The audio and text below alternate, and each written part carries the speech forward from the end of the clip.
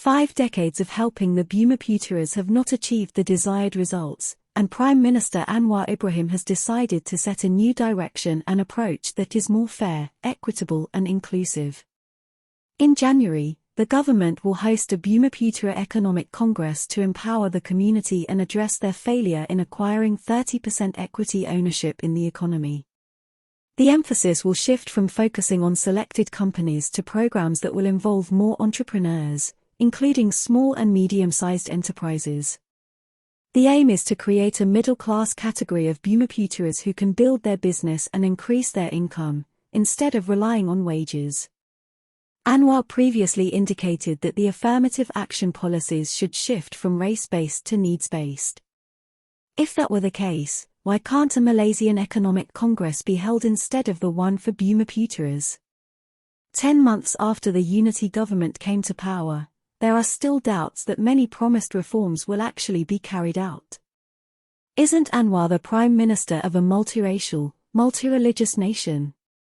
Don't struggling non-Malays deserve help after many decades of neglect? What programs have the government in line for them? Has Anwar forgotten the strong non-Bumiputera support given to him throughout his journey to become PM?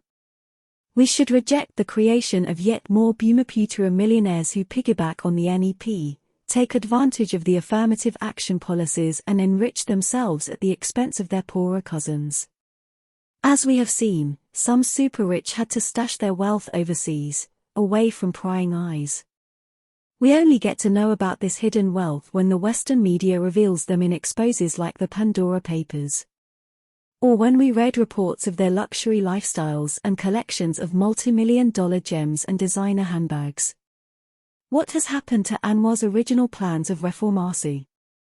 To some, he appears to be like one of those he once criticized and condemned when he was in the opposition. Perhaps the fault lies with Anwar's supporters, who misread him. He appears not to have shed any of his UMNO Baru DNA and is looking more like the politician he once was, when he was former PM Dr. Mahathir Mohamad's right-hand man. Now that Anwar has achieved his ambition to become PM, is he abandoning all desire for reform? Last August, asked at a get-together with students, Anwar admitted that Pakatan Harapan and Barisan Nasional will lose all future elections if the unity government were to abolish Bumiputera quotas in higher learning institutions. In other words, he confirmed that it's all about votes. Malaysians need not hold their breath for meaningful reforms, as they continue to ask if they are on Anwar's list of things to do for the next 4 years. The 30% equity of Malays in business has not been reached, but the government still wants the NEP to continue in some form or another. The nation cannot sustain this need.